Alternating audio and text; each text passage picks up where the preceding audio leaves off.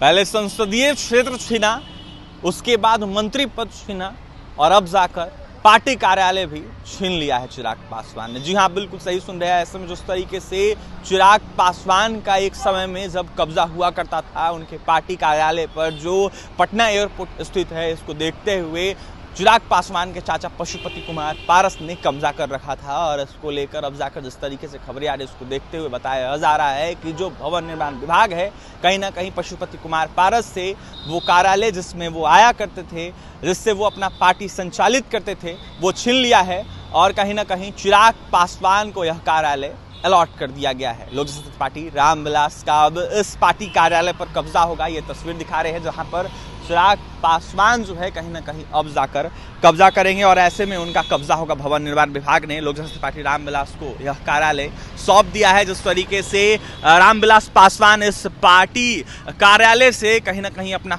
Party संचालित करते थे, इसको देखते हुए जिस तरीके से रामविलास पासवान अब इस दुनिया में नहीं रहे, इसको लेकर दो गुट में कहीं ना कहीं एलजेपी बढ़ गई थी। एक एलजेपी आर था और ऐसे में एक जो है आरएल जेपी था। और इसको देखते हुए कहीं ना कहीं दोनों पार्टी कार्यालय अलग अलग जगह से चल रही थी। लेकिन अब जाकर जिस तरीके से खबरें आ रही है, उसको देखते हुए आरएल जेपी संरक्षक पशुपति कुमार पारस का बंगला और दफ्तर जो है उनके पास देखा जाए तो कहीं ना कहीं नहीं है। अब ऐसे में वापस लेकर देखा जाए तो LJP are chief Chirag Paswan को दे दिया गया है। ऐसे में राष्ट्रीय लोजपा का दफ्तर जो है अब चिराग पासवान को मिल गया है। दर्शकों को बता दें कि जिस तरीके से पशुपति कुमार पारस इस बंगले में पार्टी का दफ्तर भी चलाते थे, स्वर्गीय रामविलास पासवान भी इसी दफ्तर से पार्टी चलाया करते थे, ऐसा कहा जाता है। और ऐसे में इसको देखते हुए जिस तरीके से खबरें आ रही है, इससे पहले बीते 13 जून को ही बिहार भवन निर्माण विभाग ने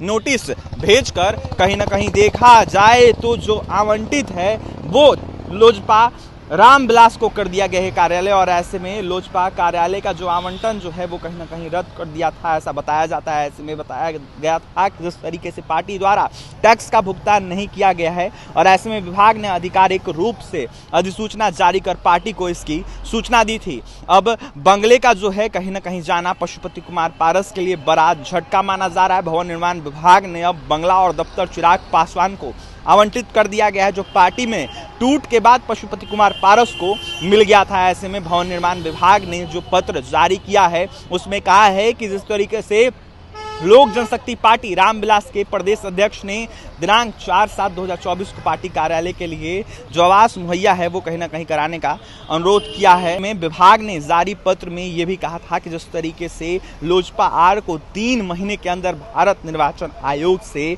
मिले राज्य स्तरीय दल के मान्यता प्राप्त राजनीतिक पार्टी का पत्र भवन निर्माण विभाग को सौंपे, वरना आवंटन जो है कहीं ना कहीं भवन जो है देखा जाए तो इसको देखते हुए वो रद्द समझा जाएगा। ऐसे में बता दें कि जिस तरीके से भतीजे चिराग पासवान हैं पशुपति कुमार पारस, किसको देखते हुए उनसे बगावत करके अपना अलग पार्टी बनाने वाले पशुपति कुमार पारस की मुश्किलें बढ़ती जा रही है। पहले बीजेपी ने टिकट से बेदखल कर दिया और अब बिहार सरकार के भवन विभाग से उनसे कहीं ना कहीं देखा जाए तो बंगला भी छिनवा लिया है। ऐसे में हालांकि ये बंगला जो है रामविलास पासवान की लोजपा को ही सबसे पहले मिला था, जिसे कहीं ना कहीं उनकी मृत्यु के बाद उनके भाई ने अपनी नई पार्टी के नाम को देखते हुए कहीं ना कहीं करा लिया था। और ऐसे में जिस तरीके से नई पार्टी पशुपति कुमार पारस ने बनाई थी, इस पर कब्जा उन्होंने कर लिया था। लेकिन अब जाकर उनका कब्जा जो है वो खत्म हो गया है। भवन निर्माण विभाग ने उनसे ये कार्यालय छीन लिया है और ऐसे में छीनकर सीधे सीधे चिराग पासवान को यह कार्यालय